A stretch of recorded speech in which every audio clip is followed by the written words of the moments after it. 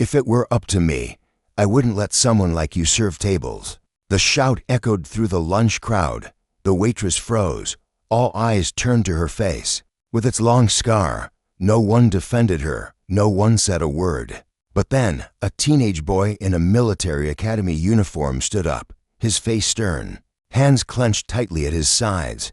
"What do you think about how she was treated? If you believe it's wrong, type unfair below." Sarah Mendes had perfected the art of balancing 5 plates along her arms during her 15 years as a waitress at the diner. At 45, her movements remained efficient, despite the stiffness in her right knee. Another souvenir from her military service, alongside the scar that curved from her left ear to her cheekbone. Before she'd carried plates of homestyle meatloaf and bottomless cups of coffee, Sarah had carried wounded soldiers to safety as a medical technician in Iraq from 2005 to 2009. The diner job had come after her medical discharge, a transition from saving lives under gunfire to saving people from hunger in a small Midwest town. The scar had been with her for 16 years now, a permanent reminder of the day an insurgent's grenade had detonated near the medical transport where she'd been, treating a wounded Marine. The shrapnel had narrowly missed her eye, but the damage was done. 3 surgeries later, the scar remained, a jagged line that pulled slightly at the corner of her mouth, giving her a perpetual half-smile that didn't always reflect how she felt. "Order." "Up for table 7, called Marco from the kitchen, sliding to plates of his famous chicken fried steak onto the counter. Sarah collected them with practiced ease.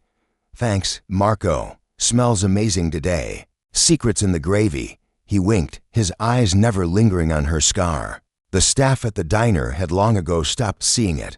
To them, Sarah was just Sarah, reliable, kind, and capable of calming even the most difficult customers with her quiet dignity. The lunch rush was in full swing, the diner packed with its usual mix of regulars and travelers passing through town. Most days followed the same comfortable rhythm: take orders, deliver food, refill drinks, clear tables, repeat. Sarah found peace in the predictability after years of military chaos. She was delivering a tray of sandwiches to a family of 4 when the bell above the door chimed. A group of 5 well-dressed strangers entered, 3 men and 2 women in business attire, laughing loudly as they claimed the largest booth by the window. Weekend tourists from the city, Sarah guessed, probably driving through on their way to the lakeside resorts. Emma, the teenage hostess, seated them and distributed menus. When she returned to the counter, she whispered to Sarah, "The guy in the blue suit asked for your most attractive server."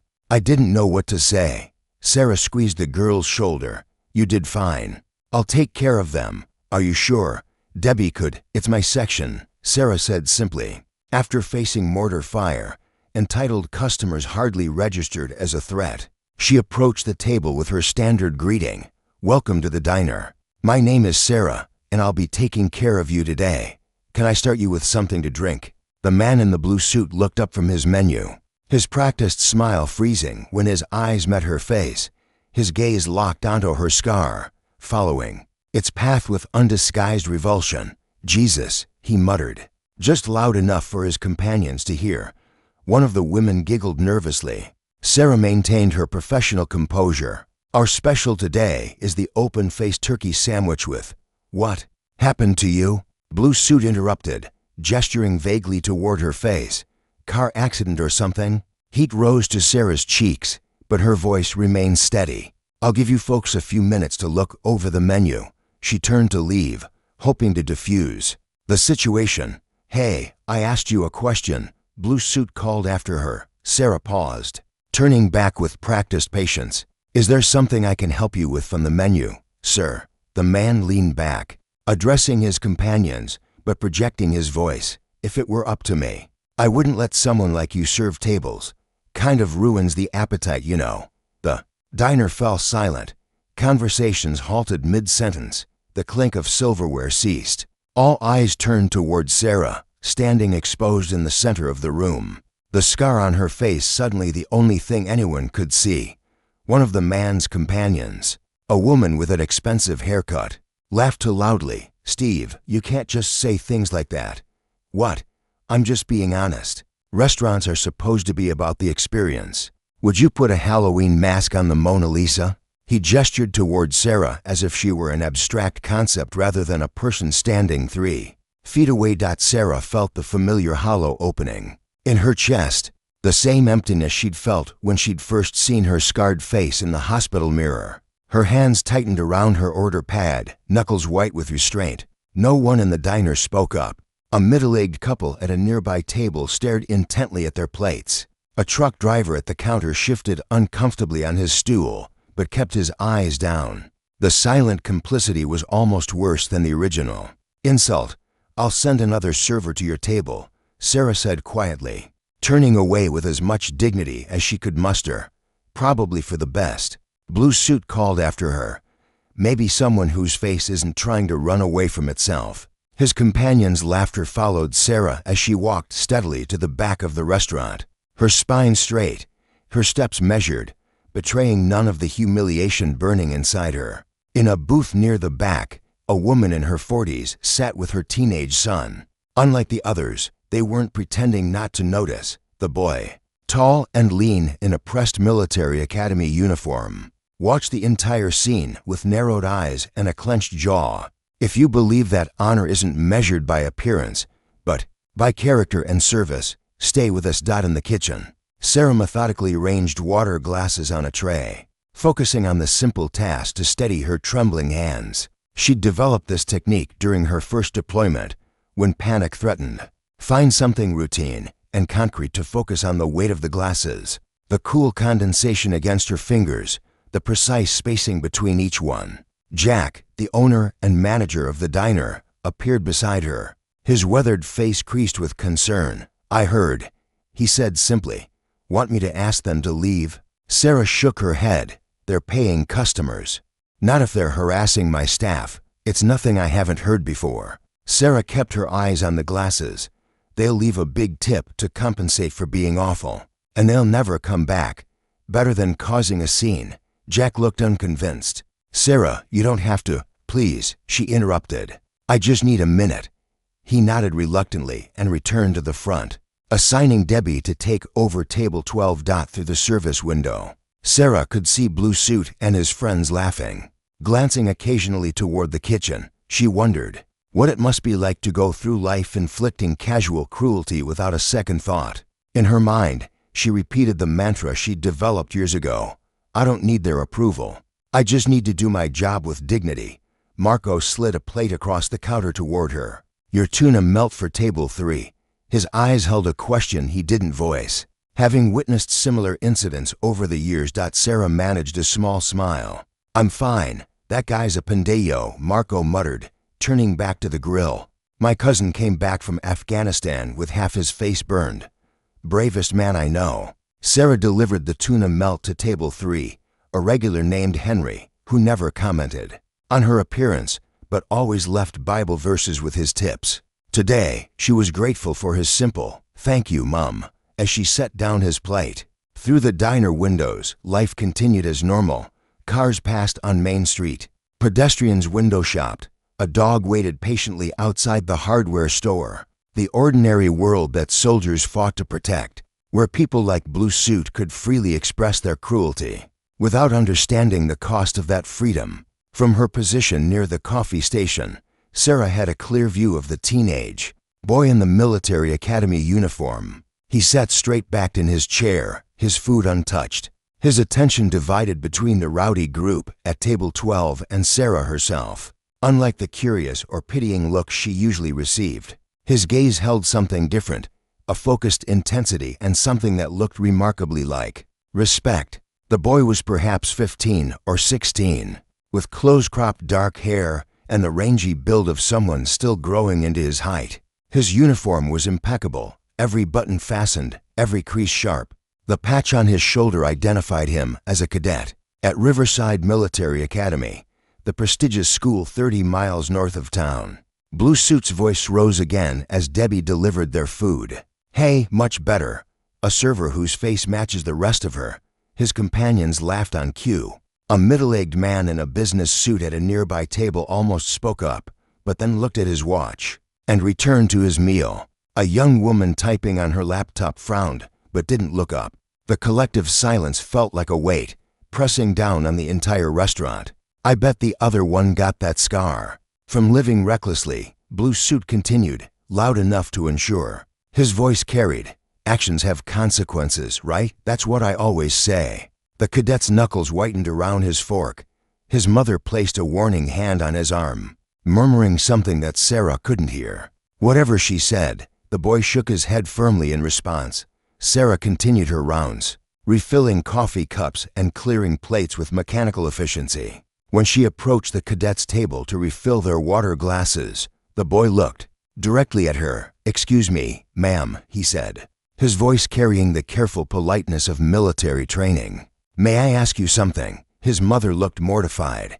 "Ethan, we talked about this." Sarah's guard went up automatically, but she nodded. "Of course. My instructor said that scars tell stories.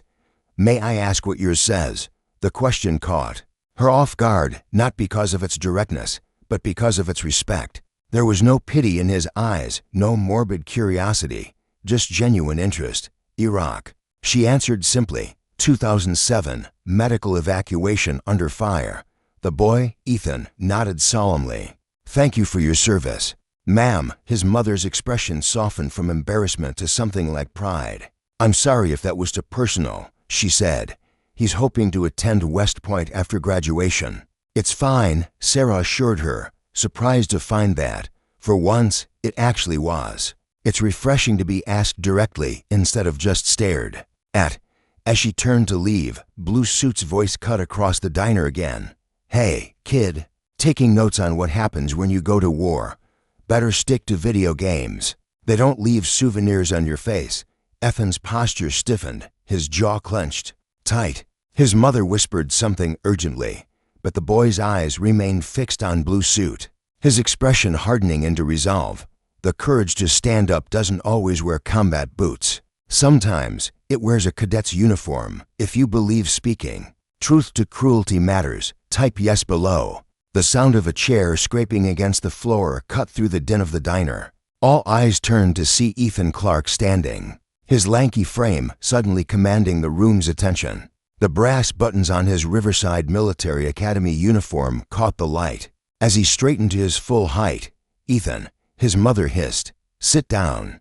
But the cadet was already walking with measured steps toward table 12.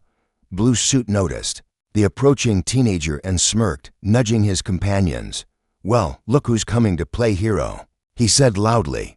"What's on your mind?" Junior GI's Ethan stopped directly beside their table, his posture parade ground perfect. At 15, he still had the gangly awkwardness of adolescence, but there was nothing childish about his bearing or the steady gaze he fixed on Blue Suit. "I'm training to become a soldier," he said, his voice clear and carrying throughout the now silent diner. "And if I'm ever wounded, I hope I can live like she does." He gestured toward Sarah, who stood frozen by the coffee station, head held high, serving others.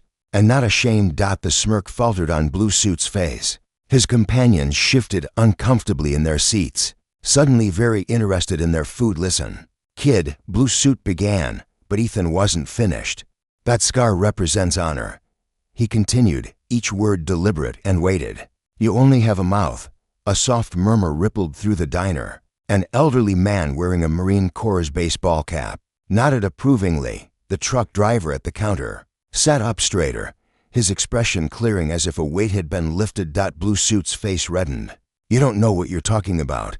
This is adult business. So why don't you go back to playing soldier?" "I know exactly what I'm talking about," Ethan cut in, his composure never wavering. "My grandfather came back from Vietnam missing an arm. People stared at him too. People who never risked anything." Blue Suit glanced around, seeking allies, and finding none. His companions were studiously avoiding eye contact, one woman even edging slightly away from him in the booth. "Whatever," Blue Suit muttered, his voice losing its projected confidence. "It was just a joke. Everyone's so sensitive these days. Jokes are supposed to be funny," Ethan replied evenly. "Cruelty isn't humor." Sarah found herself moving forward, drawn by something in the boy's stance. The echo of every soldier who had ever stood their ground when it mattered.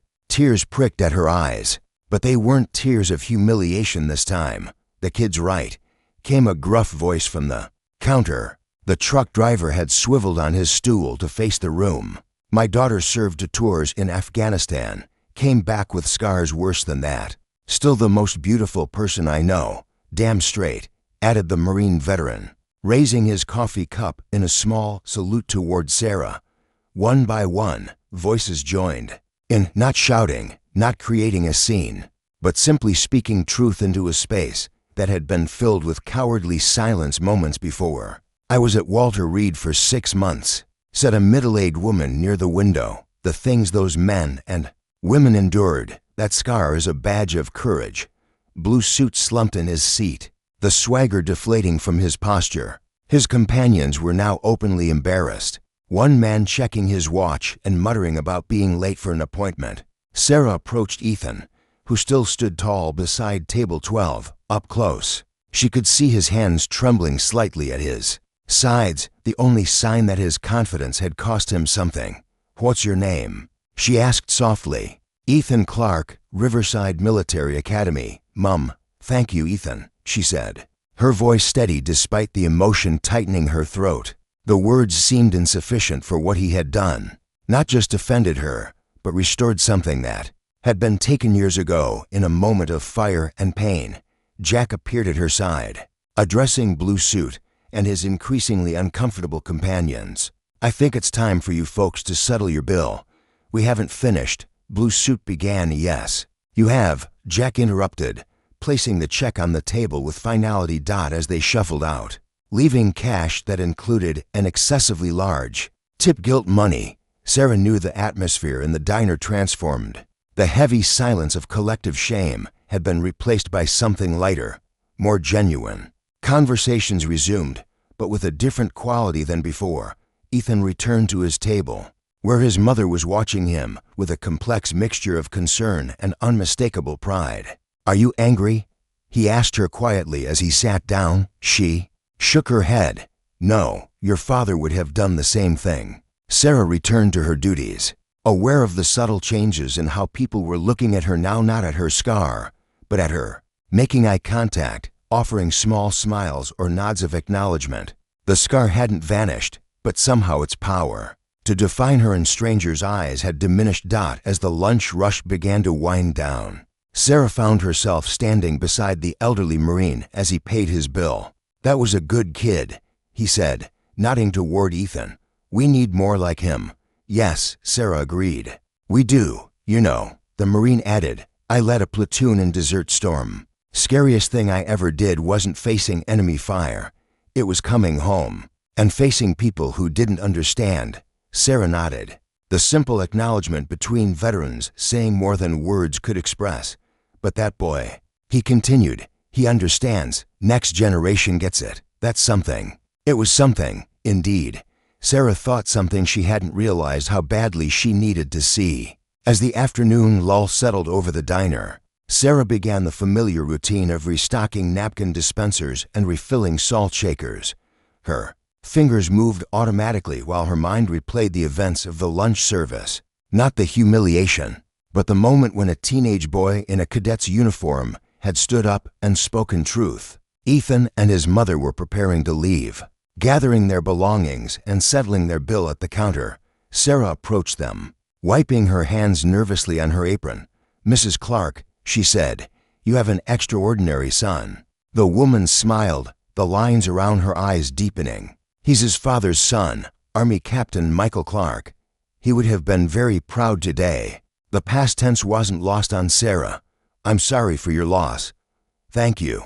2 years now." Afghanistan. Ethan stood slightly apart, his expression suggesting he'd heard this exchange many times before. There was an old solemnity in his young face, the look of someone who had grown up too quickly.